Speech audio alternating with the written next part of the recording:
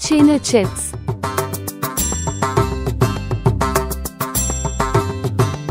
Quarter piece of elephant foot yam, skin removed. Slice the yam into matchstick-sized pieces and submerge them in water.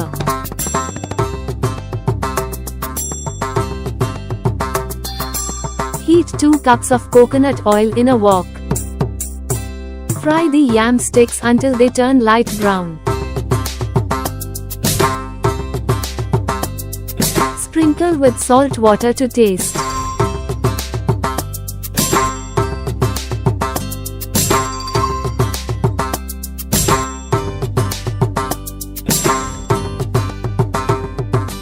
Drain the excess oil.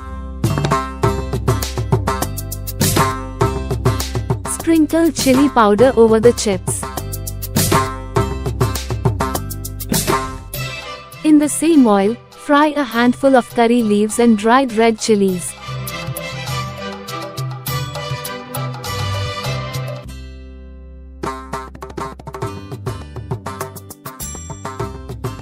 Mix the fried leaves and chilies with the chips and serve.